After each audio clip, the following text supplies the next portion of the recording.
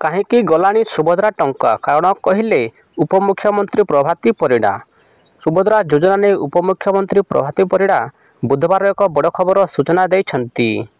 2000 ମହିଳାଙ୍କ ଆବେଦନ ଖାରଜ ହୋଇଥିବା କହିଛନ୍ତି ଉପମୁଖ୍ୟମନ୍ତ୍ରୀ। ତେବେ ଖାରଜ ହେବାର କାରଣ ମଧ୍ୟ କହିଛନ୍ତି ଉପମୁଖ୍ୟମନ୍ତ୍ରୀ। ଆକାଉଣ୍ଟ ସଠିକ୍ ନଥିବାରୁ ଆବେଦନ ରିଜେକ୍ଟ ହୋଇଥାଇପାରେ ବୋଲି ସେ କହିଛନ୍ତି। 100% ଆବେଦନ କ୍ଲିୟର ହୋଇଛି, ଆଉ ପେଣ୍ଡିଂ ନାହିଁ ବୋଲି ଉପମୁଖ୍ୟମନ୍ତ୍ରୀ କହିଛନ୍ତି। ମହିଳାମାନେ ସଶକ୍ତ ହେଲେ ଓଡ଼ିଶାର ବିକାଶ ହେବ। ମହିଳାଙ୍କ ଶକ୍ତି ଓ ସାମର୍ଥ୍ୟ ରାଜ୍ୟର ବିକାଶର ମୂଳମନ୍ତ୍ର।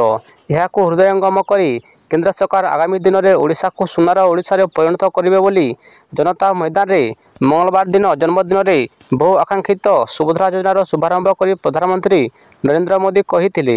ଏହି ଅବସରରେ ପ୍ରଧାନମନ୍ତ୍ରୀ ସୁଇଚ୍ ଟିପି ରାଜ୍ୟର 25,11,000 ଜଣ ମହିଳାଙ୍କ ଖାତାକୁ ପ୍ରଥମ କିସ୍ତି ସୁଭଦ୍ରା ସହାୟତା ରାଶି ପ୍ରଦାନ କରିଥିଲେ। ଯୋଜନାରେ 1 କୋଟିରୁ ଉର୍ଦ୍ଧ୍ୱ ମହିଳାଙ୍କୁ 50,000 ଟଙ୍କା ପ୍ରଦାନ କରାଯିବ।